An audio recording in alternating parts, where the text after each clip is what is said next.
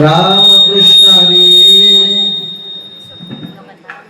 नित्यवदे जीवैकरी तया पासे नुरे पाप नासे त्रिविधवा ताप नामते परब्रह्म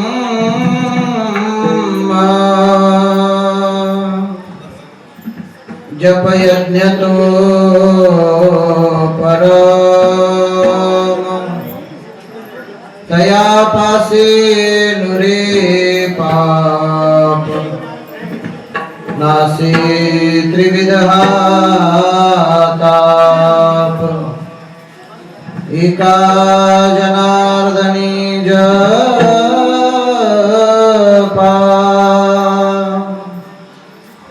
राम कृष्ण मंत्र सुपा तया पासे नुरे पाप नासे त्रिविधहा ताप समचरण सरोजं सांग्रनीलाम्बुदाभं जगन्निहित पानि मंडलं मंडलानां तरुण तुलसीमाला कंजरं कंजनेत्रं सदैवधवलहासं विठ्ठलं चिन्तया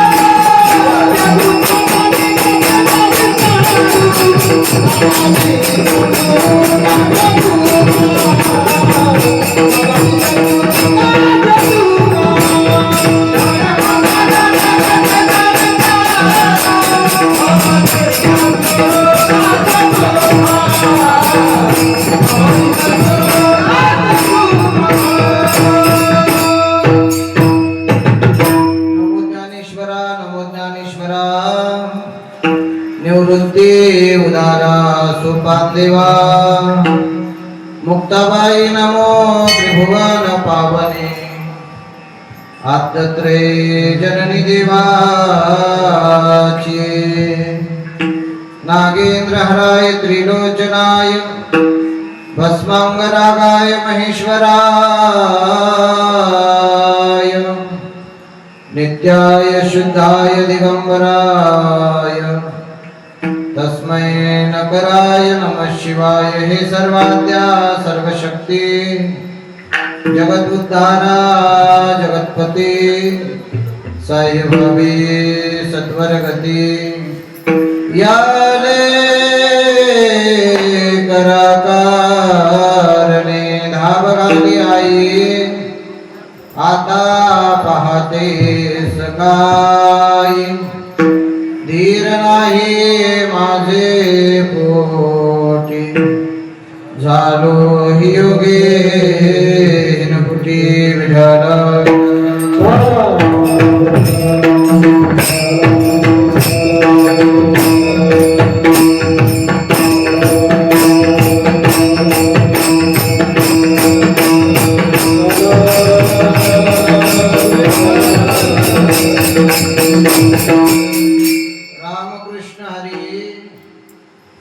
नित्यवदे जो वैखरी तया पासे नुरे पाप नासे त्रिविध ताप. प्रस्तुत प्रसंग चिंतन रूपी सेवे करता घेतलेला अभंग पैठण निवासी शांती ब्रह्म नाथ बाबा त्यांचा 4 चरणाचा उत्कृष्ट सर्व टाळकरी मंडळीच्या पाठ्यातला, एकनाथ महाराजांच्या गाथ्यातला आणि जीवन जगत असताना प्रत्येक वारकऱ्याला, माळकऱ्याला, वारकरी संप्रदायातल्या प्रत्येकाला वारकरी संप्रदायातले गोड वर्ण सांगणारा अभंग आहे.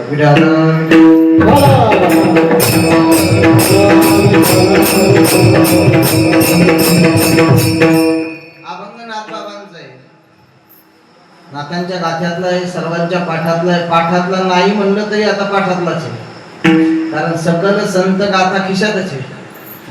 त्याचं नाव मोबाईल आहे का नाही. आता पाठ नसला तरी काही काढता येते त्याच्यात. नुसतं म्हणायचं काम आहे, तुझे देखा तो ये जाना सनम अख्खं गाणं येते आहे का नाही. अभंग तर येतेच मग काही पाहिजे काम, साधू संताचं वाङ्मय आहे ते. आणि मग सगळ्याच्या पाठातला आहे आणि गोड एक वारकरी संप्रदायातलं विशेष असं वर्ग सांगणारा अभंग आहे. आता सध्या घड्याळात 10 वाजाय 20 मिनिटं टाइम आहे नाही का.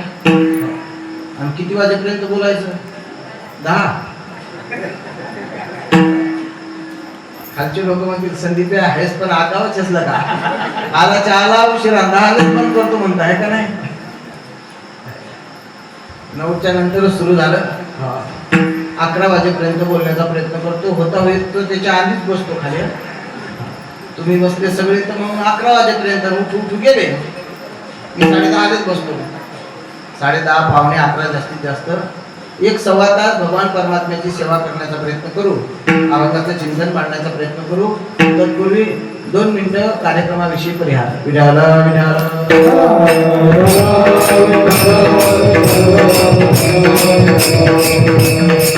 दरवर्षीप्रमाणे यावर्षी मोजे माळ सेलू या नगरीमध्ये चालत असणारा भव्य दिव्य प्रमाणात अखंड हरिनाम सप्ताह.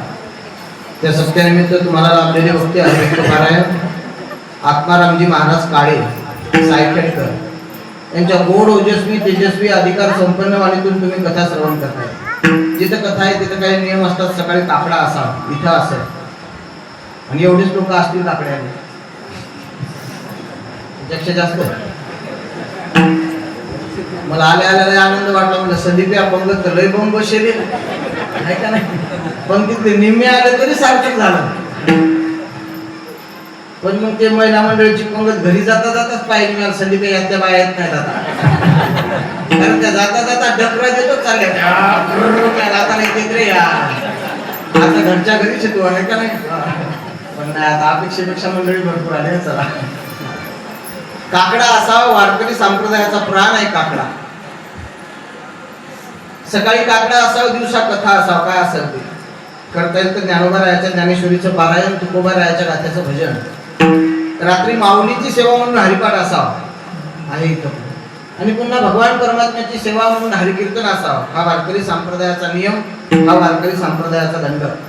या वारकरी संप्रदायाच्या नियमाचं तंतोतंत पालन करत मोजे माळ सेलू या नगरीमध्ये चालत असणारा भव्य दिव्य प्रमाणात हा अखंड हरिनाम सप्ताह. आणि तुकोबारायाचे प्रमाणे तुकोबाराय म्हणतात, तुका म्हणे नो हे एकल्याचा खेळ.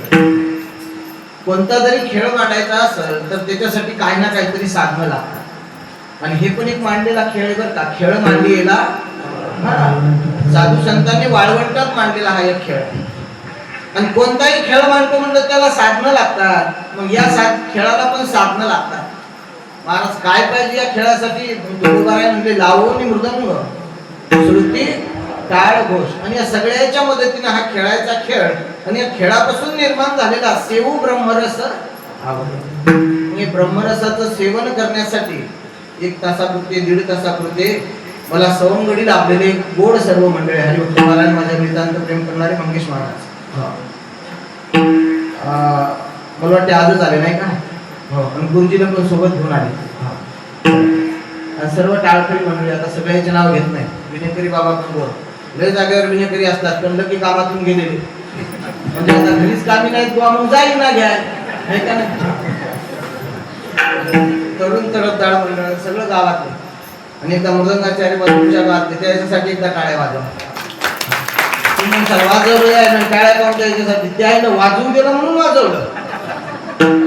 सासूने नांदू दिली तर सून नांदते, हाय का नाही? सासूने नाहीच नांदू दिली नाही ना नांदत होती. बॉच गार हे का नाही? दुसऱ्याला मोठं म्हणाय लय अंतकरण मोठं पाहिजे बापू. चला आणि मग ते पण मृदंगाचार्य आणि सर्व तुम्ही श्रोते मंडळी, सर्वांच्या अंतकरणात असणाऱ्या भगवान परमात्म्याची तास सव्वा तास सेवा करण्याचा प्रयत्न करू. अभंग नाथाचा आहे. आजच्या अभंगामध्ये नाथ महाराज एक गोड वर्म सांगतात, ते पण परमार्थातलं.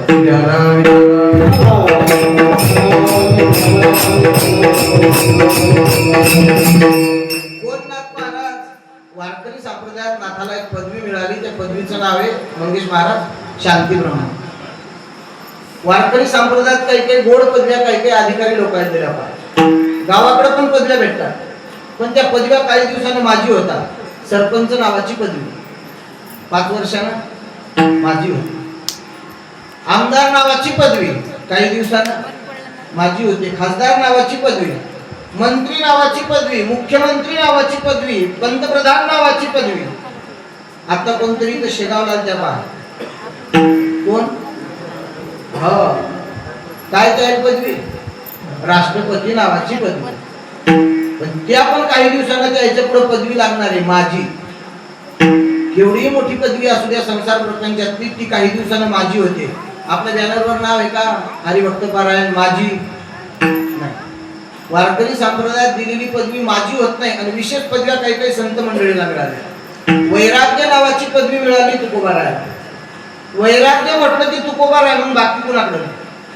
लढीवाळ भक्त म्हटलं की नामदेव राय म्हणून बाकी कोण नाही. दास्यत्व म्हटलं की हनुमंतराय जनाबाई म्हणून बाकी कोण नाही. या साधू लोकांना मिळालेल्या पदव्या आहेत.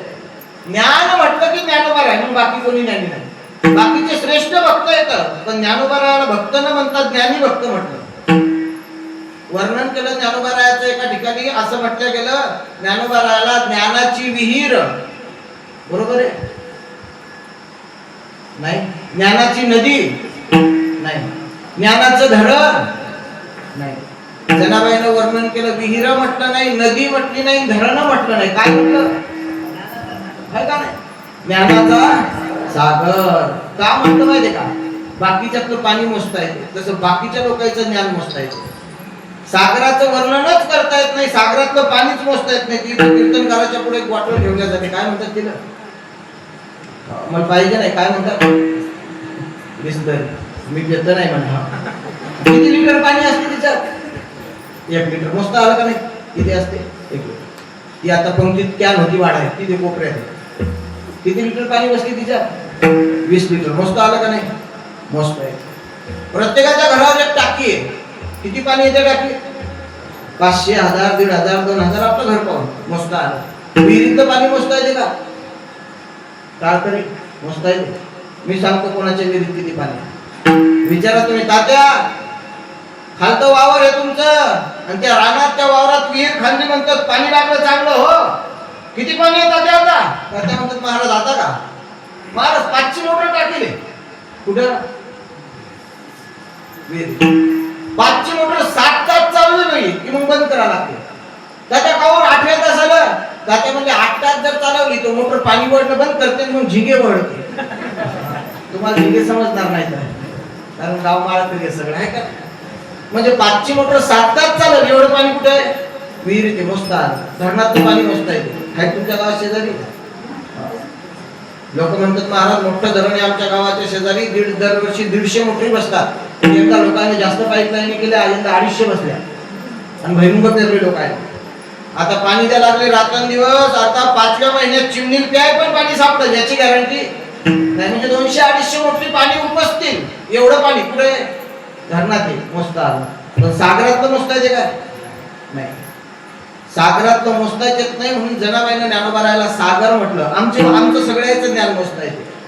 विचारा कीर्तन करायला किती अभंगावर चिंतन मांडलं आतापर्यंत, ते सांगतील 500, 1000, 2000, 5000, 10000. याच्यावर नाही ना, ऐका मृदंगाचार्य बाजूक विचारा कुठपर्यंत बोल झाले, ते सांगतील महाराज इथपर्यंत गेलो, पुढचे घ्यायचे म्हणजे मर्यादित ज्ञान. गायनाचार्याला विचारा कुठपर्यंत, ते म्हणजे महाराज एवढ्या परीक्षा झाल्या पण पुढच्या अजून द्यायची इच्छा आहे का नाही? म्हणजे मग यायचं तर ज्ञान प्रत्येकाचं ज्ञान म्हटलं की मर्यादा येते. इकडं पाहिलं की म्हणता येते, संदीपाकडे पाहिलं की ज्ञानाची बॉटल, इकडं ज्ञान किती आहे का? इकडे म्हणता येईल ज्ञानाचं धरण, इकडे म्हणता येईल ज्ञानाची विहीर. सागर म्हणता येते का कोणाला? उपमा सागराची द्यायचं झालं तर ज्ञानोबाला द्यायचं काम पडलं. म्हणून जनाबाईने म्हटलं ज्ञानाचा सागर.